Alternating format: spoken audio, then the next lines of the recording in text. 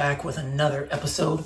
On the on the last 4 episodes, we were talking fundamentals of marksmanship. So steady position, breath control, proper sight alignment and sight picture, and trigger control. And so we're going to put those all together, and we're going to be talking about dry fire practice. Now, one of the most important things, in my opinion, that you can do when you are actually not shooting, and it may be even more important than the actual shooting process itself, and that is the dry fire practice. Depending on what you can and can't do, I would really recommend dry fire practicing as much as possible until you really get it down. And then I would say something like maybe once a week for 5 or 10 minutes or so. In the very beginning, when I was practicing all these things, I was probably spending maybe 10-15 minutes a day, 2 or 3 times a day for weeks, just to get everything as good as I could possibly do. So let's really just kind of break this down into some basic exercises and see what this is going to look like. All right, so I'm going to give you guys just a couple exercises to do. There is going to be a little bit of equipment that you're going to need. And then this is when you start dry fire practicing, if you're brand new to this, or if you've even been shooting a little while, or if you're brand new to long range shooting or any kind of precision shooting, there's a couple of things you're going to want to do. So this is going to be a process of 2 steps forward, 1 step back. So once we start dry fire practicing, we may realize that our scope and our rifle and everything may not actually be set up the way we really need it to be. It needs to be set up to us. We go through those videos in this series, so definitely go back to those videos and then reset it up. And then you may notice it'll be a little bit better. After a couple of weeks or a couple of months of doing this, depending how much you do it, you may realize, okay, it's still not right. And then once you get everything down to getting on the rifle, getting into position, you actually really know how to set the rifle up and how to get it set up to where you need it to be. So the equipment, what I do on pretty much every single rifle I own, our equipment is going to be some kind of carabiner. I like a small bag like this. This is the Cross Tack, and it's just a small bag, so I can lay it this way. If I need a little extra height, I can lay it flat, I can lay it upright, and then it also, if I'm on a ladder or anything like that, I can throw it right up there, and then, or this way, and I can put the middle of the gun and get kind of a balance on there. That's going to be more topics that we go over in the future. And then I'm going to tie a small piece of 550 cord on here. Almost every single one of my guns that I have, my rifles, there's some 550 cord on there. There's a number of reasons, but one reason, depending on what you're doing, is it never lets you forget your bag. So the other thing is, if you're shooting off of a tripod, I kind of developed this little thing out of some 550 cord where I wrap it around the front, and I'll actually attach it to the back, either my hip or something, if I'm up on a ledge or something, or I can attach it on here, and then when it's on the tripod, I can push my foot on it, and it actually pulls down the front and the back of the gun, and that helps me build a steady position. So let's get straight to it. So this is what I'm going to recommend, and that's our first exercise. So the first thing I would recommend, and it's really good if you have someone else that can kind of help you out with this, or if you have some type of system to get a camera behind you. I'm going to take my bag, I'm going to throw it behind the rifle, and that's going to get the gun in a good steady position. So we can see we can squeeze the bag, get a little bit of height. If I need to turn it on the side, I get a little bit more height, and I can squeeze it. And then when I turn it this way, so I've got all different types of height that I can do. But for now, I'll throw it down, and all we're going to be doing is, I would recommend getting the furthest spot away in your house, put a little dot or something, and then we're just going to get on the rifle. And this is the part you may need a helper with, is you want your spine and the rifle in line. It may be offset a little bit, obviously not like this, but you want them in line, parallel with each other as best as you possibly can. So at the beginning, it's going to feel a little bit uncomfortable. I typically like to think of my heels just at or just on the outside of my shoulder. So I got my legs spread open, where my heels are just right around the shoulder area. And then what I usually do is I line up straight up with the gun like this. So I'm perfectly in level with it. And then I'm gonna scoot over just maybe an inch. And I'm gonna come straight down on the gun, squeeze in my bag.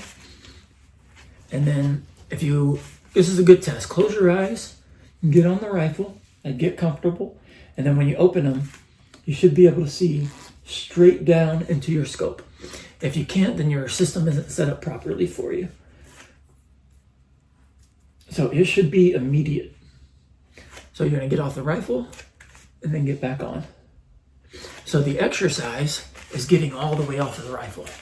I'm gonna get all the way back here, stand up, do whatever you want, and then get back down on the rifle. And then check your body position. Is the rifle in line with my spine, parallel? Are my legs spread? And then am I on the rifle? Is everything comfortable? And I'm right through the scope, everything is perfect. So that's gonna be part one of the exercise. That's, I don't wanna say the most important part, but it's very important. So you wanna practice that steady position. All right, and part two, we're gonna add in controlled breathing. So this method is just what I call box breathing, or I think that's a thing. And so what it looks like is it's not necessarily seconds or anything like that, but it's an even count of 4 times. So you're gonna inhale, hold, exhale, hold, and for a count of 4. So you wanna match your counting with your natural breathing, and then you wanna begin to slow it down. So it should look like at the beginning, it may.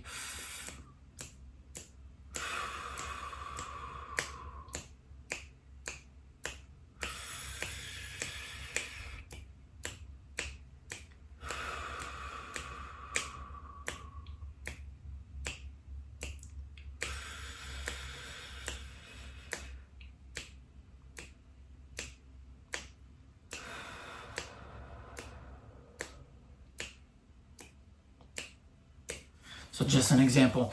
And what this is doing is this is going to give your body the oxygen it needs. If you're in a hunting situation, it's going to get you to calm down. It's going to slow your heart rate, and it's going to help you get a better position. But also what we're doing is a lot of people are going to say, you're not going to hold your breath, anything like that. Well, we're not holding our breath. That's just a term we're using. But that's going to be the apex of your inhale, and then the same thing on your exhale. So where you want to shoot ideally is somewhere at the end of that exhale, that natural respiratory pause. So when we breathe out, 2, 3, 4, we want to shoot somewhere in there. If you want to get real technical, you can shoot between your heartbeats, whatever. But you want to shoot on that natural respiratory pause when you're breathing out or after you have released your breath. So you're not holding your breath, you're doing that count of 4.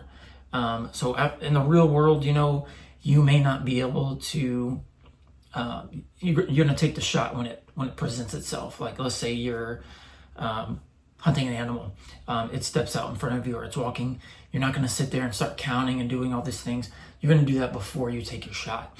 That's gonna get you in that motion. That's going to kind of just be in the back of your mind, staying nice and calm, and that's going to keep your heart rate low. That way when that does present itself, your heart rate's already slow, so you can go ahead and exhale. So instead of breathing in and doing all the box breathing, you get on target, take your shot. So let's put those two things together. So we're going to get on the rifle. And then I'm already starting my breathing. I'm actually doing my breathing before I even started basically getting into position. So I'm inhaling.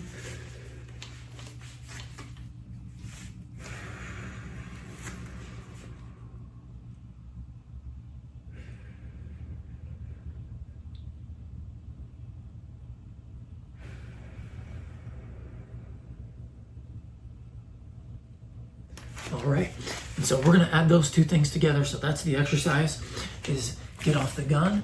And I would just say do 1 count of box breathing. So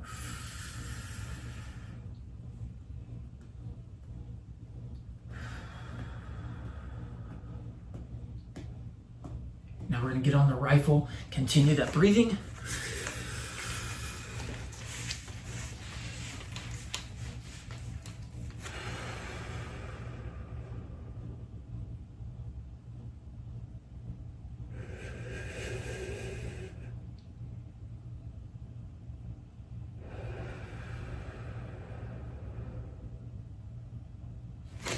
All right, and we're just gonna do that. We're gonna continue to get on and off of the rifle and just keep that pace count of 4 in your head. So next we're gonna be talking about our sight picture and sight alignment. And then we're gonna add in our trigger control. So sight picture and sight alignment, what we're wanting to do is be on target. So our steady position, we're not wanting to muscle the rifle on target. We want to be in that position. So if we've got to move our bodies over just to get on target and have the gun move over just a hair, a centimeter, an inch, we don't want to muscle the rifle on target. We want to actually move our entire body so everything is good. And then our sight picture, sight alignment, just make sure there's no shadowing, anything like that. Your picture needs to be really good. So you need to check your parallax. So that is, I usually do this part in the backyard, or I get a little dot, put it on the door, and I'll back all the way up, just wherever in my house I can get the furthest from it to get the clearest picture. But that looks like just kind of starting the whole thing off. I'm gonna get up, get it kind of away from the rifle, stand up. We're gonna get on the rifle, check our body position, make sure we're breathing correctly. Get on the rifle. We're gonna aim at our target. Now I'm gonna just imagine that I'm off a little bit. So I'm gonna go ahead and scoot my whole body over. Okay, so I am on target and I'm gonna make the appropriate adjustments. And so now I've got right here, I've got good sight picture, sight alignment. I don't see any kind of shadowing, and we are good. So you're gonna wanna check that every time. And the next is gonna be our trigger control. So I like to describe this as just pulling the trigger in the beginning, really almost taking as long as you can to pull the trigger. So you're gonna slowly increase the pressure. Imagine drawing a line in the sand. Let's say you've got a 4-inch line and in the sand, and then at 2 inches is where the trigger is gonna break. So you're gonna slowly draw that line in the sand. Where it breaks is at that 2 inches, but you're gonna continue pulling all the way to that 4 inches. So that's your follow through. So slowly increase the pressure. You're gonna continue increasing the pressure after the gun fires until it settles back down onto target.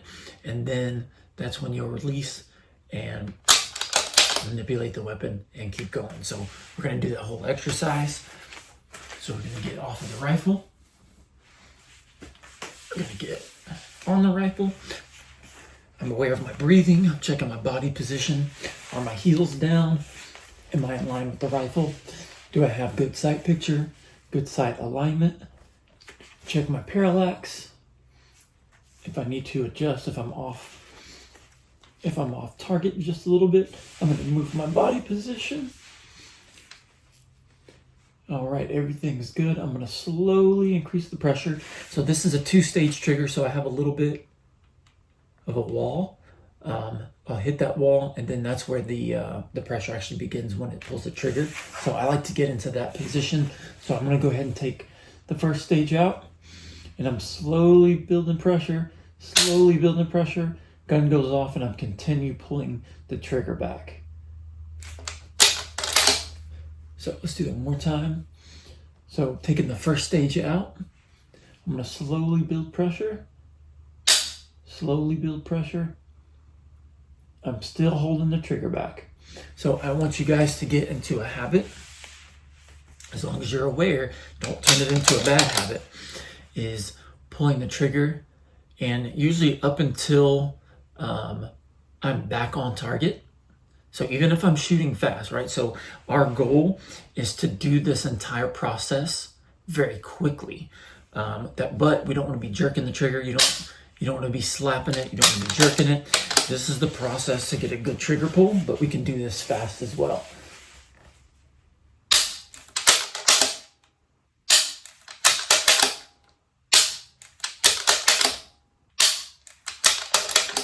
All right, so what I'm doing that is even though the trigger goes off, so once I pull the trigger, there's a little bit of play behind it. There's a little bit of spring tension. What I'm doing is I'm pulling it all the way to that spring tension out of there, and I'm just waiting for the recoil to kind of settle down. That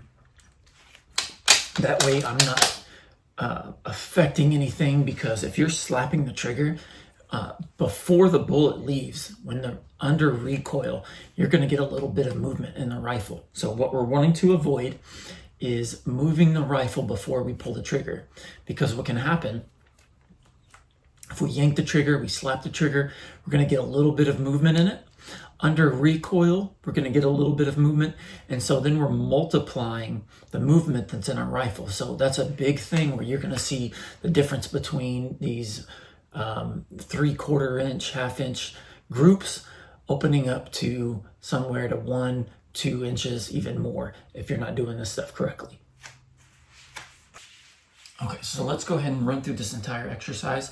What I'll start off doing, if I'm going to go through the entire process, I'm going to have some type of target somewhere. I'm going to go ahead and change my parallax, and I'm going to move my gun off of target. I'm going to get up, get away from the rifle, and then I'm going to have to fix everything. So I'm going to get on target, and we're going to be thinking about our breathing. All right, so I'm checking my body position to the rifle, make sure my feet are flat, getting on rifle, and now I see that I am not on my target. So I don't want to muscle the gun over. I'm going to actually move my entire body. All right, now I'm on target, and we need to adjust the parallax. While I'm adjusting the parallax, I'm making sure that I got good sight picture, sight alignment.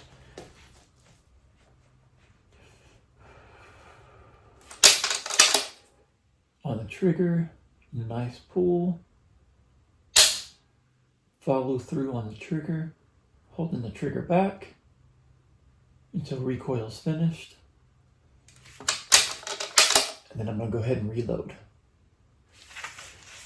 So that's kind of the entire process for a dry fire practice. Is what I consider phase one. In the next video, we're going to be adding in a little bit of mathematics and actually start manipulating the scope a little bit more. So stay tuned for that.